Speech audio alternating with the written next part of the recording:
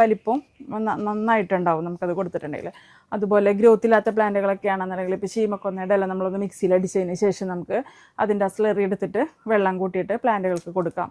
അതുപോലെ ഇപ്പോൾ vegetables fruits ഒക്കെ ഉണ്ടെന്നുണ്ടെങ്കിൽ അതൊക്കെ നമുക്കിപ്പോൾ ഒരുപാട് കിട്ടുന്നൊരു സമയമാണല്ലോ. അപ്പോൾ അതിൻ്റെ ആയ തൊലിയൊക്കെ എടുത്ത് ഒരു 4 ദിവസം ഒന്ന് വെള്ളത്തിലൊക്കെ ഇട്ട് വെച്ചിട്ട് അതിലൊന്ന് വെള്ളം കൂട്ടിയിട്ട് പ്ലാന്റുകൾക്ക് ഒഴിച്ചു കൊടുക്കുകയാണെങ്കിൽ ഏറ്റവും ബെറ്ററാണ് കേട്ടോ.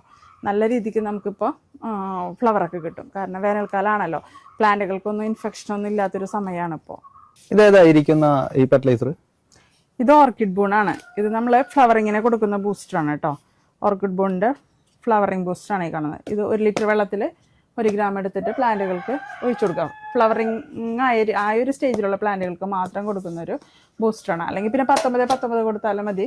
നല്ല ഗ്രോത്ത് ഉണ്ടാവും പ്ലാന്റുകൾക്ക്. പുതിയ ഷൂട്ടൊക്കെ വരുന്നുണ്ടോ, നല്ല വണ്ണത്തിലാണ്. ഇതൊക്കെ ഫ്ലവറിങ് പ്ലാന്റുകളാണ് ഇതെല്ലാതും കേട്ടോ. ഇതിലൊക്കെ നമുക്ക് ഫ്ലവർ വിരിഞ്ഞ് കൊഴിഞ്ഞു പോയതാണ്. ഷൂട്ടൊക്കെ നല്ല ഹെൽത്തി ആയിട്ടുള്ളതാണ്, നല്ല ഹെൽത്തിൽ വരുന്ന ഷൂട്ടുകളൊക്കെയാണ്. ഇതിലൊക്കെ നമുക്ക് ഫ്ലവർ വരും.